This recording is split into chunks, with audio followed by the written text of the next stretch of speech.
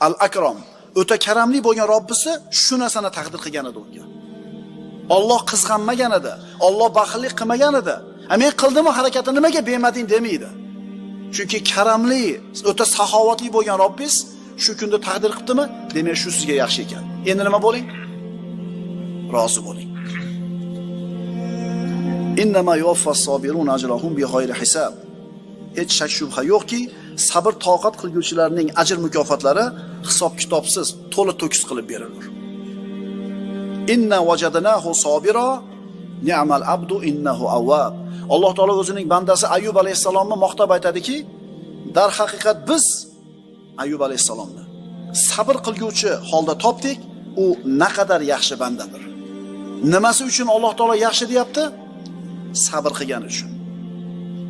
Birodarlar, ustimizda turgan kun Alloh bizga taqdir qilgan kun.